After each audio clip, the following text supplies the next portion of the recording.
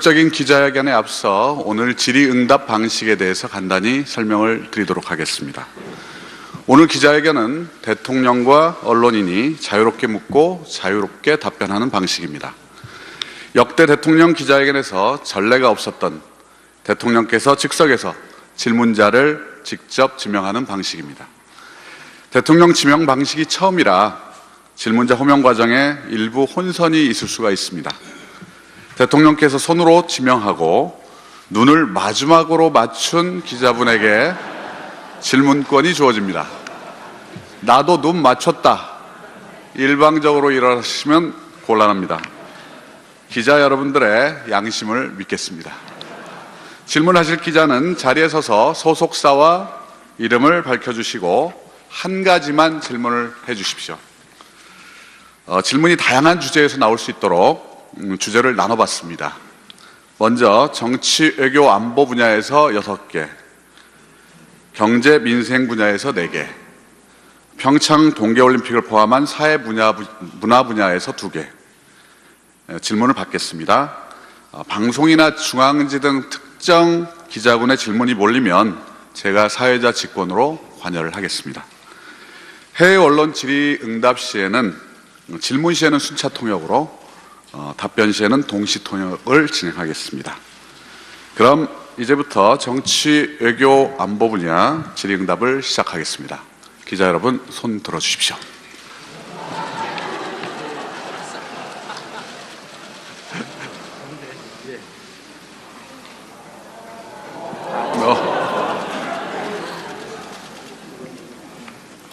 대통령님 안녕하세요. 저 뉴스원의 조소영 기자라고 합니다.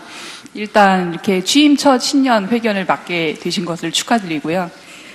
제 질문은 오늘 신년사에서 상당히 다양한 분야에서 총망라해서 말씀을 주셨어요. 그럼 이제 집권 2년차 이거를 이제 구상을 해서 실현을 하시려면 야당과의 관계도 굉장히 중요할 것 같은데요.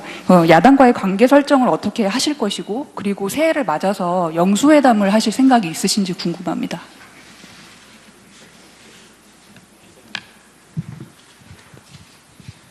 예, 지금 우리가 여소야대의 국면이기 때문에 이 개혁을 위해서는 협치를 통해서 야당과 소통하고 또 협력을 받아내는 것이 대단히 중요한 것 같습니다. 새해에도 진정성을 가지고 여러 가지 소통하고 대화를 하면서 야당과 협치해 나갈 수 있도록 최선을 다하겠습니다. 예.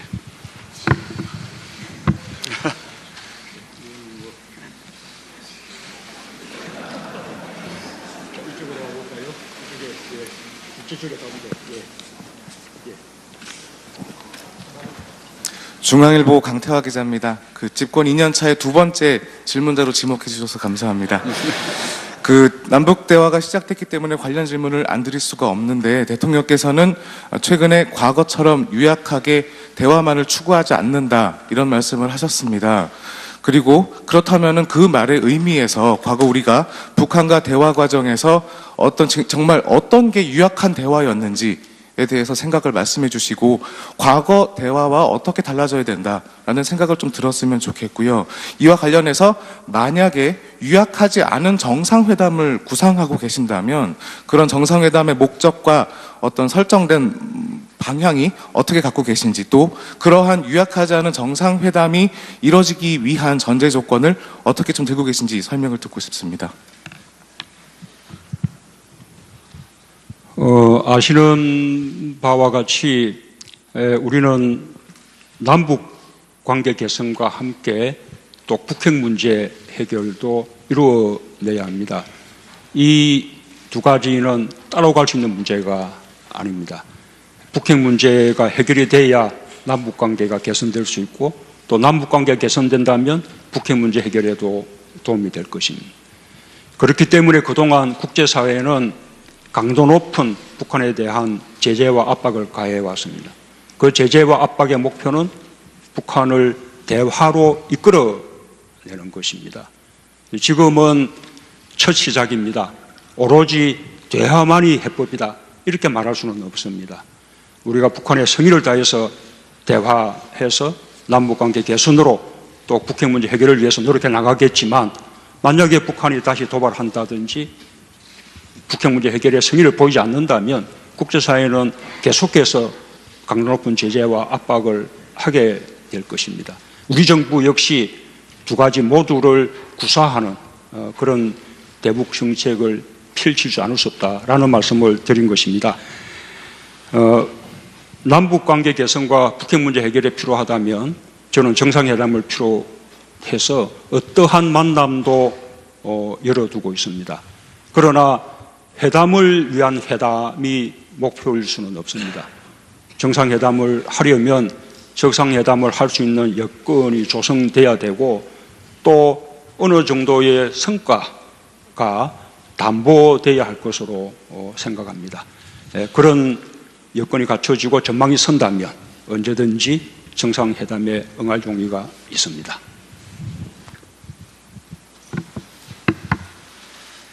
이쪽으로 가볼까요? 예. 이쪽에서, 방금 손 드신 분이요. 안녕하세요. 미국 ABC 뉴스 조주희 기자입니다. 조금 어려운 질문이 될 수도 있겠는데요.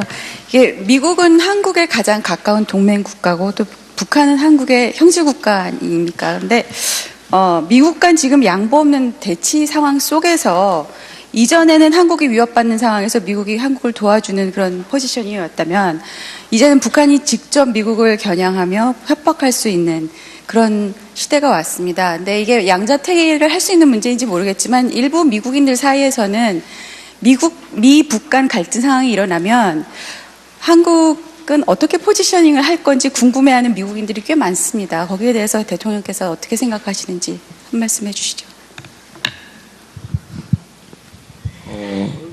저는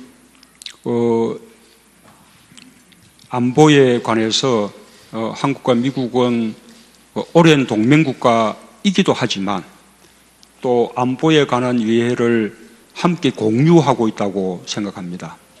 북한의 핵과 미사일에 대해서 위협을 느끼는 것도 한국 또 미국 마찬가지입니다.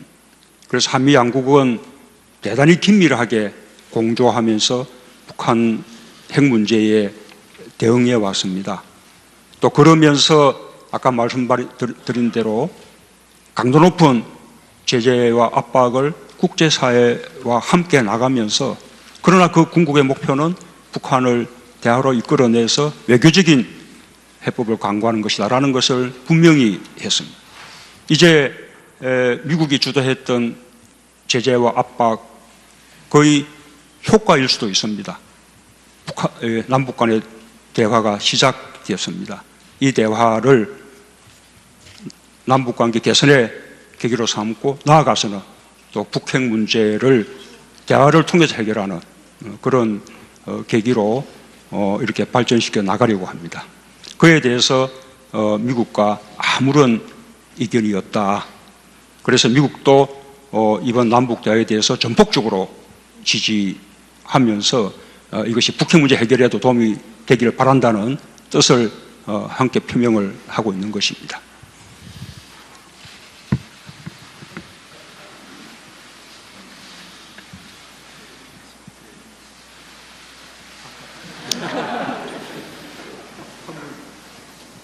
종이를 네, 종이 드신. 네, 충청 대표 언론 디트니스 24의 유재민 기자입니다. 대통령께서는 그 지방 소멸이라는 단어를 들어보셨습니까? 지방 소멸이요. 지방 소멸. 수도권 집중화로 인해서 그 지방의 인구가 감소하고 일자리가 줄어드는 그 위기 속에서 나오고 있는 말인데요. 그래서 그 지방분권 개헌을 하자는 건데요. 지방분권 개헌을 한다고 하더라도 모든 문제들을 다 해소할 수는 없다고 생각합니다. 그래서 그 대안으로 나오는 것들이 이제 권역 정부라든가 아니면 압축도시 이런 것들이 대안으로 제시가 되기도 하는데, 지방이 골고루 잘 살 수 있는 지방분권 어떻게 가야 될지 여쭙겠습니다.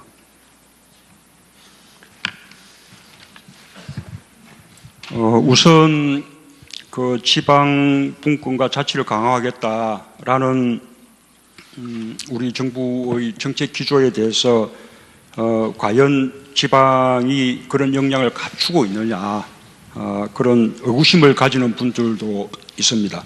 저는 그렇지 않다고 생각합니다. 지금 지방 정부들은 충분한 역량을 갖추고 있고 오히려 중앙 정치에서 부족한 부분들을 저는 지방 정부가 메워주고 있다고 생각합니다.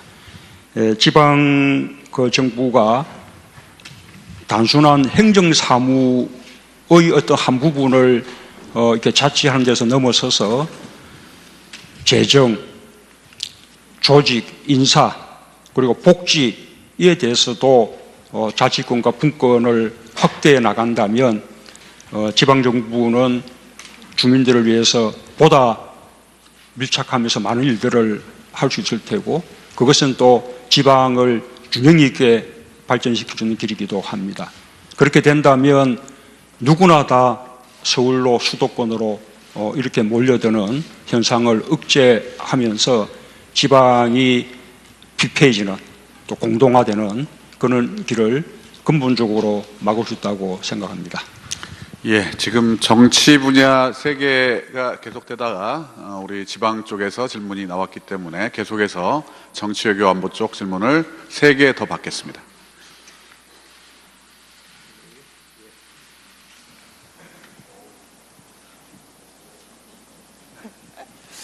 TV조선 최지연이라고 합니다.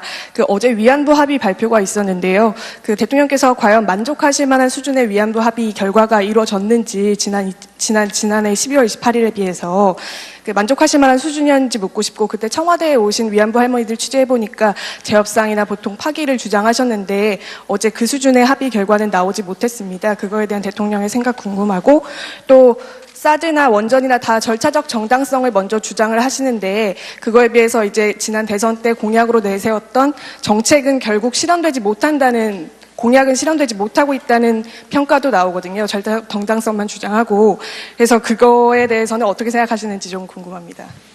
질문을 하나만 선택해 주시면 됩니다. 하나만 선택해서 다시 한번 해주시기 바랍니다. 그럼 대통령의 선택에 맡기겠습니다. 아까 위안부 할머니들 문제에 대해서는 질문의 요지가 무엇인지요? 어제 위안부 할머니들이 만족할 만한 수준의 위안부 합의 결과가 나오지 않은 것 같아서요. 대통령께서는 만족할 만한 수준이셨는지 그리고 재협상이나 파기는 불가능하다는 입장을 천명하셨는데 어떤 과정을 통해서 그런 결과를 도출해내신 건지 궁금합니다. 예, 만족할 수 있겠습니까? 이 상대가 있는 일이고 외교적인 문제이고 또 이미 앞에 정부에서 양국 간의 공식적인 합의를 했던 그런 일이기 때문에 우리가 충분히 만족할 수 없다 하더라도 현실적으로 최선인 그런 방법을 찾아내야 되는 것이죠. 그런 방안을 이 정부가 발표한 것이었다고 생각합니다. 기존의 합의에 대해서 이렇게 받아들이기 어렵다고 한다면 왜 파기하고 재협상을 요구하지 않는 것이냐 그런 이제 질문을 할 수 있겠습니다. 그러나 저는 기본적으로 이 위안부 문제는 진실과 정의의 원칙에 의해서 해결될 수밖에 없다고 생각합니다. 일본이 그 진실을 인정하고 또 피해자 할머니들에 대해서 진심을 다해서 사죄하고 그리고 그것을 교훈으로 삼으면서 다시는 그런 일이 일어나지 않도록 국제사회와 함께 노력해 나갈 때 그러면 할머니들도 그 피해를 용서할 수 있을 것이고 일본을 용서할 수 있을 것이고 그것이 완전한 위안부 문제의 해결이라고 생각합니다. 그렇게 해결돼야 하는 것이지 정부와 정부 간에 피해자를 배제한 채 조건과 조건을 주고받는 방식으로 해결될 수 있는 문제가 아니라고 생각합니다. 지난 정부에서 양 정부가 그런 식으로 서로의 요구 조건을 주고받는 방식으로 피해자들을 배제한 가운데 문제 해결을 도모한 것 자체가 잘못된 방식이었던 것이죠. 우리는 일본에 대해서 위안부 문제의 말하자면 진실과 정의라는 원칙에 입각한 해결을 촉구할 것입니다. 그러나 그것은 우리가 기존의 합의를 파기하고 재협상을 요구함으로써 해결할 수 있는 문제는 아니다라고 생각하는 것입니다. 예, 우리 기자 여러분 질문은 우리 처음 약속대로 한 가지씩만 해주시기 바랍니다. 예, 다음 질문 이어가겠습니다. 맨 끝에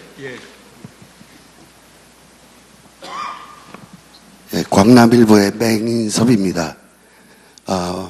정치적인 질문 한 가지 올리겠습니다.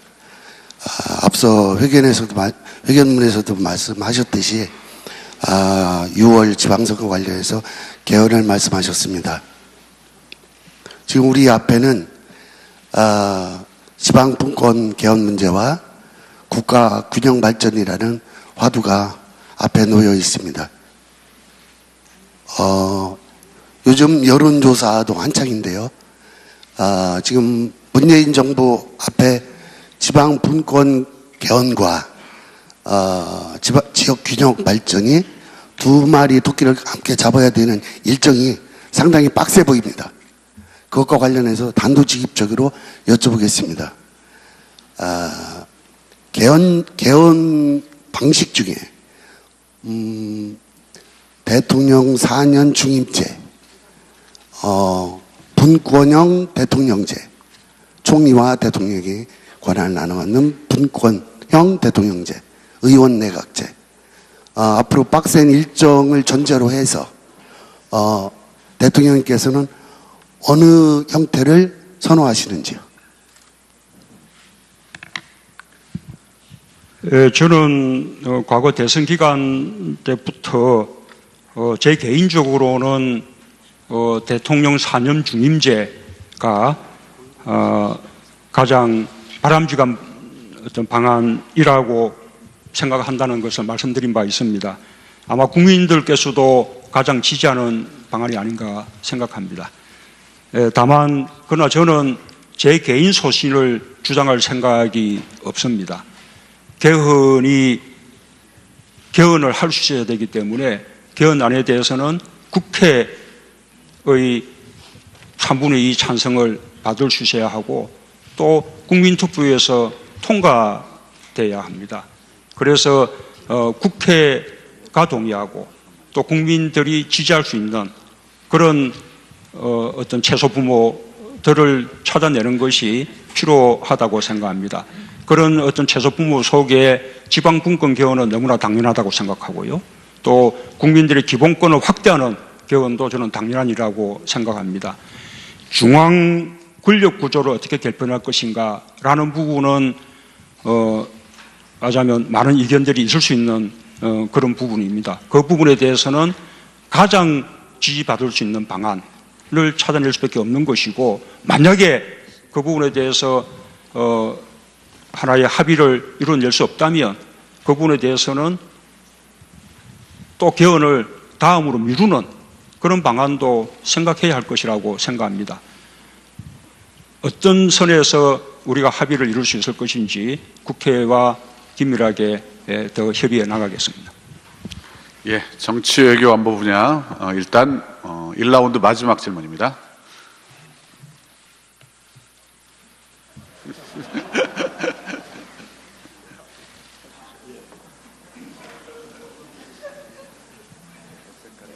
전자신문 성현희 기자입니다. 제가 오늘 보라색을 입고 나온 게 신의 한 수였던 것 같습니다.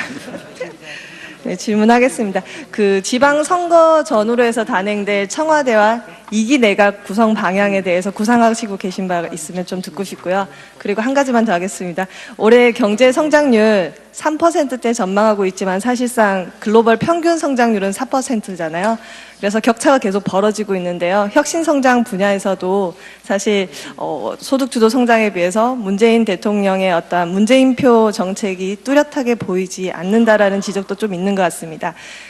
오늘 그 신년사에서도 창업 지원하고 그리고 스마트 시티 등을 얘기를 하시긴 하셨는데 사실 그건 지난 정권에서도 좀 다뤘던 의제이기도 하고요.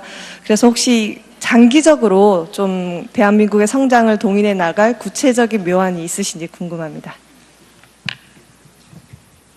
예, 뭐 그 부분은 저보다 우리 정책실장께서 답변하셔야겠는데 우선 앞에 성장률 부분을 이야기하자면 이제는 우리가 이 상당한 이 경제 성장을 이미 이룬 상태이기 때문에 지속적으로 고도 성장을 해 나가기는 어렵다고 생각합니다. 이 세계 평균 성장률이 우리의 목표가 될 수는 없는 것이고요. 우리가 이제 OECD 국가들 가운데서 우리가 상위권의 성장률을 유지할 수 있다면 저는 그것은 뭐 만족할 수 있다고 생각합니다. 이제는 2% 또는 3%대의 성장을 말하자면 우리의 새로운 어떤 그 노멀한 상태로 받아들여야 하지 않을까 생각하고요. 우리의 잠재 성장률을 최대한 높여서 실제 성장률을 잠재 성장률과 부합하게 만드는 것이 목표라고 생각합니다. 그렇게 본다면 우리 지난해에는 지금 3.2% 정도 성장률을 이루었을 것이라고 지금 잠정적으로 판단하고 있는데 새해에도 3% 정도 성장은 지속할 수 있지 않을까 그렇게 생각합니다. 그리고 앞으로 계속해서 성장해 나갈 수 있는 뭐 산업정책 이 부분은 우리 정책실장님 설명 한번 하시겠습니까?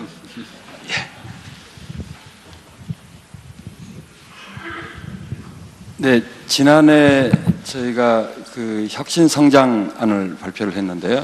이 정부의 성장의 두 축입니다.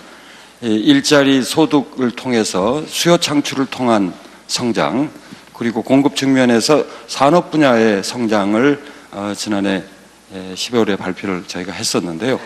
과거하고 다른 부분은 과거에는 특정 산업을 국가가 이끌어가는 형식의 성장 정책이었다면 이번에는 지자체와 민간 부분에서 선정한 선도 산업을 정부가 지원하는, 다시 말하면 정부가 끌고 가기보다는 민간 부분에서 제한되는 부분을 정부가 지원하는 사업 주체별 또는 사업별 성장 전략입니다. 그래서 이미 아까 대통령께서 언급이 있으셨습니다마는 스마트 시티 또는 자율주행차, 드론, 재생에너지 이런 부분은 이미 많은 기업들이 지자체와 협의해서 사업 준비를 하고 있는 걸로 그렇게 알고 있고 올해는 상당한 그런 부분에서의 성과는 쉽게 나타나리라고 봅니다. 또 하나 추가로 말씀을 드린다면 이러한 새로운 성장 동력들이 만들어지기 위해서는 기본적으로 노사합의, 특히 노사정민까지 포함한 사회적 대타협이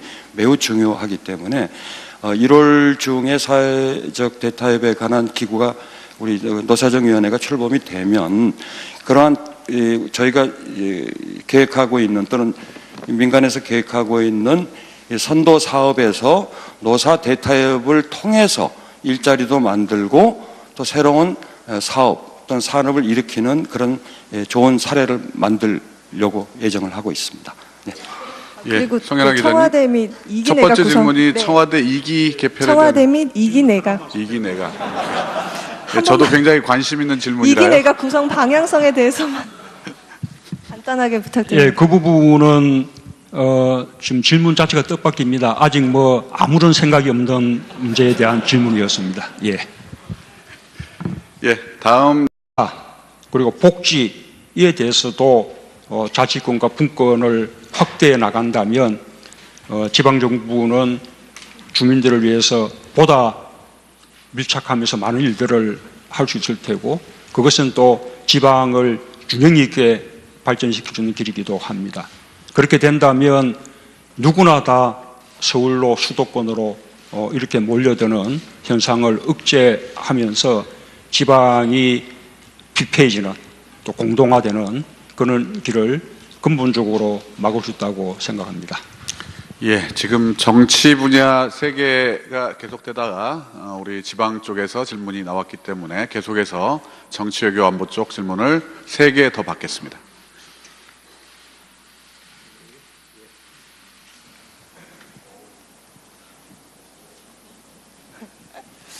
TV조선 최지연이라고 합니다. 어제 위안부 합의 발표가 있었는데요. 대통령께서 과연 만족하실 만한 수준의 위안부 합의 결과가 이루어졌는지 지난해 12월 28일에 비해서 만족하실 만한 수준이었는지 묻고 싶고, 그때 청와대에 오신 위안부 할머니들 취재해보니까 재협상이나 보통 파기를 주장하셨는데 어제 그 수준의 합의 결과는 나오지 못했습니다. 그거에 대한 대통령의 생각 궁금하고, 또 사드나 원전이나 다 절차적 정당성을 먼저 주장을 하시는데 그거에 비해서 이제 지난 대선 때 공약으로 내세웠던 정책은 결국 실현되지 못한다는, 공약은 실현되지 못하고 있다는 평가도 나오거든요. 절차적 정당성만 주장하고. 그래서 그거에 대해서는 어떻게 생각하시는지 좀 궁금합니다. 질문을 하나만 선택해 주시면 좋겠습니다. 하나만 선택해서 다시 한번 해주시기 바랍니다. 그럼 대통령의 선택에 맡기겠습니다.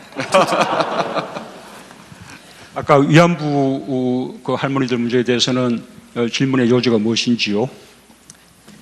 어제 위안부 할머니들이 만족할 만한 수준의 위안부 합의 결과가 나오지 않은 것 같아서요. 대통령께서는 만족할 만한 수준이셨는지, 그리고 재협상이나 파기는 불가능하다는 입장을 천명하셨는데 어떤 과정을 통해서 그런 결과를 도출해내신 건지 궁금합니다. 예, 만족할 수 있겠습니까? 이 상대가 있는 일이고 외교적인 문제이고, 또 이미 앞에 정부에서 양국 간의 공식적인 합의를 했던 그런 일이기 때문에 우리가 충분히 만족할 수 없다 하더라도 현실적으로 최선인, 그러면 협치를 통해서 야당과 소통하고 또 협력을 받아내는 것이 대단히 중요한 것 같습니다. 새해에도 진정성을 가지고 여러 가지 소통하고 대화를 하면서 야당과 협치해 나갈 수 있도록 최선을 다하겠습니다. 예.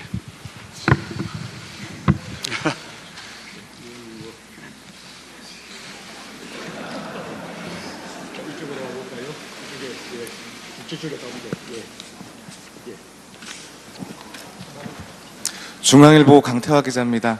집권 2년 차의 두 번째 질문자로 지목해 주셔서 감사합니다. 남북 대화가 시작됐기 때문에 관련 질문을 안 드릴 수가 없는데, 대통령께서는 최근에 과거처럼 유약하게 대화만을 추구하지 않는다, 이런 말씀을 하셨습니다. 그리고 그렇다면은 그 말의 의미에서 과거 우리가 북한과 대화 과정에서 정말 어떤 게 유약한 대화였는지에 대해서 생각을 말씀해 주시고, 과거 대화와 어떻게 달라져야 된다라는 생각을 좀 들었으면 좋겠고요. 이와 관련해서 만약에 유약하지 않은 정상회담을 구상하고 계신다면 그런 정상회담의 목적과 어떤 설정된 방향이 어떻게 갖고 계신지, 또 그러한 유약하지 않은 정상회담이 이뤄지기 위한 전제 조건을 어떻게 좀 들고 계신지 설명을 듣고 싶습니다.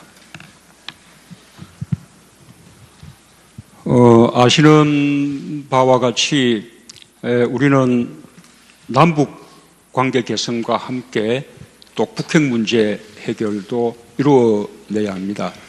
이 두 가지는 따로 갈 수 있는 문제가 아닙니다. 북핵 문제가 해결이 돼야 남북 관계가 개선될 수 있고, 또 남북 관계가 개선된다면 북핵 문제 해결에도 도움이 될 것입니다. 그렇기 때문에 그동안 국제사회는 강도 높은 북한에 대한 제재와 압박을 가해 왔습니다. 그 제재와 압박의 목표는 북한을 대화로 이끌어내는 것입니다. 지금은 첫 시작입니다. 오로지 대화만이 해법이다, 이렇게 말할 수는 없습니다. 우리가 북한의 성의를 다해서 대화해서 남북관계 개선으로 또 북핵 문제 해결을 위해서 노력해 나가겠지만, 만약에 북한이 다시 도발한다든지 북핵 문제 해결에 성의를 보이지 않는다면 국제사회는 계속해서 강도 높은 제재와 압박을 명히 했습니다. 이제 미국이 주도했던 제재와 압박 거의 효과일 수도 있습니다. 남북 간의 대화가 시작되었습니다.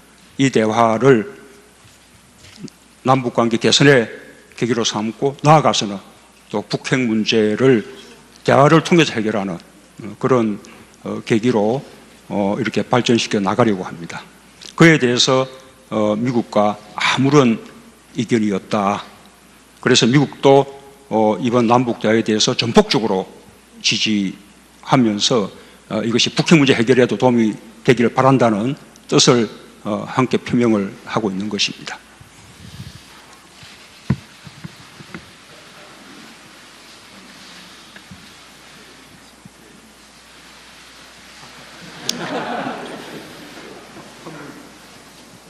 종이를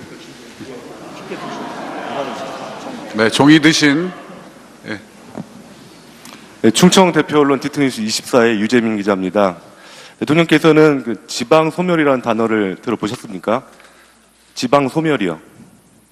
지방 소멸. 수도권 집중화로 인해서 그 지방의 인구가 감소하고 일자리가 줄어드는 그 위기 속에서 나오고 있는 말인데요. 그래서 그 지방분권 개헌을 하자는 건데요. 지방분권 개헌을 한다고 하더라도 모든 문제들을 다 해소할 수는 없다고 생각합니다.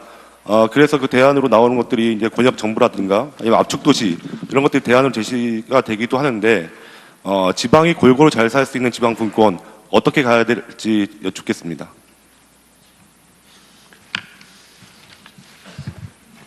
우선 그 지방분권과 자치를 강화하겠다라는 우리 정부의 정책 기조에 대해서 과연 지방이 그런 역량을 갖추고 있느냐 그런 의구심을 가지는 분들도 있습니다. 저는 그렇지 않다고 생각합니다. 지금 지방 정부들은 충분한 역량을 갖추고 있고 오히려 중앙 정치에서 부족한 부분들을 저는 지방 정부가 메워주고 있다고 생각합니다.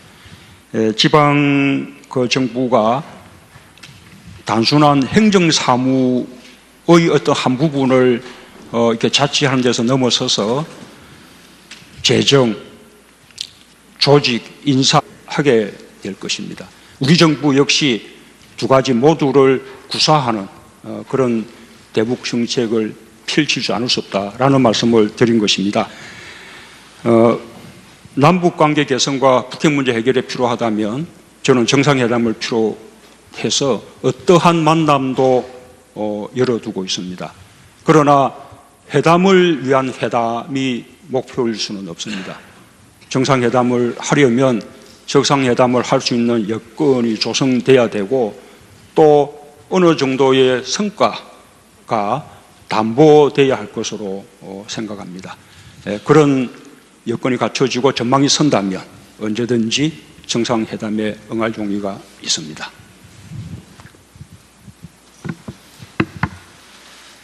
이쪽으로 가볼까요? 이쪽에서 방금 손 드신 분이요. 안녕하세요. 미국 ABC 뉴스 조주희 기자입니다. 조금 어려운 질문이 될 수도 있겠는데요. 이게 미국은 한국에 가장 가까운 동맹 국가고 또 북한은 한국의 형제 국가입니까? 그런데 미국과 지금 양보 없는 대치 상황 속에서 이전에는 한국이 위협받는 상황에서 미국이 한국을 도와주는 그런 포지션이었다면 이제는 북한이 직접 미국을 겨냥하며 협박할 수 있는 그런 시대가 왔습니다. 근데 이게 양자택일을 할 수 있는 문제인지 모르겠지만 일부 미국인들 사이에서는 미-북 간 갈등 상황이 일어나면 한국은 어떻게 포지셔닝을 할 건지 궁금해하는 미국인들이 꽤 많습니다. 거기에 대해서 대통령께서 어떻게 생각하시는지 한 말씀 해주시죠. 저는 안보에 관해서 한국과 미국은 오랜 동맹국가이기도 하지만 또 안보에 관한 이해를 함께 공유하고 있다고 생각합니다. 북한의 핵과 미사일에 대해서 위협을 느끼는 것도 한국 또 미국 마찬가지입니다. 그래서 한미 양국은 대단히 긴밀하게 공조하면서 북한 핵 문제에 대응해 왔습니다. 또 그러면서 아까 말씀드린 대로 강도 높은 제재와 압박을 국제사회와 함께 나가면서 그러나 그 궁극의 목표는 북한을 대화로 이끌어내서 외교적인 해법을 강구하는 것이다라는 것을 본격적인 기자회견에 앞서 오늘 질의응답 방식에 대해서 간단히 설명을 드리도록 하겠습니다. 오늘 기자회견은 대통령과 언론인이 자유롭게 묻고 자유롭게 답변하는 방식입니다. 역대 대통령 기자회견에서 전례가 없었던 대통령께서 즉석에서 질문자를 직접 지명하는 방식입니다. 대통령 지명 방식이 처음이라 질문자 호명 과정에 일부 혼선이 있을 수가 있습니다. 대통령께서 손으로 지명하고 눈을 마지막으로 맞춘 기자분에게 질문권이 주어집니다. 나도 눈 맞췄다. 일방적으로 일하시면 곤란합니다. 기자 여러분들의 양심을 믿겠습니다. 질문하실 기자는 자리에 서서 소속사와 이름을 밝혀주시고 한 가지만 질문을 해주십시오. 질문이 다양한 주제에서 나올 수 있도록 주제를 나눠봤습니다. 먼저 정치, 외교, 안보 분야에서 6개, 경제, 민생 분야에서 4개, 평창 동계올림픽을 포함한 사회 분야, 문화 분야에서 2개 질문을 받겠습니다. 방송이나 중앙지 등 특정 기자군의 질문이 몰리면 제가 사회자 직권으로 관여를 하겠습니다. 해외 언론 질의응답 시에는 질문 시에는 순차 통역으로 답변 시에는 동시 통역을 진행하겠습니다. 그럼 이제부터 정치, 외교, 안보 분야 질의응답을 시작하겠습니다. 기자 여러분 손 들어주십시오.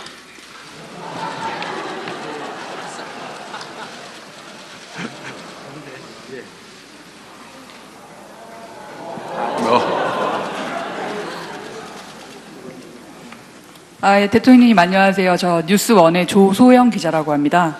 일단 이렇게 취임 첫 신년 회견을 맡게 되신 것을 축하드리고요. 제 질문은 오늘 신년사에서 상당히 다양한 분야에서 총망라해서 말씀을 주셨어요. 그럼 이제 집권 2년차 이거를 이제 구상을 해서 실현을 하시려면 야당과의 관계도 굉장히 중요할 것 같은데요. 야당과의 관계 설정을 어떻게 하실 것이고, 그리고 새해를 맞아서 영수회담을 하실 생각이 있으신지 궁금합니다.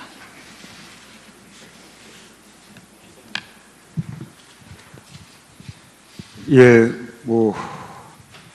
지금 우리가 여소야대 국면이기 때문에 이 개혁을 위해서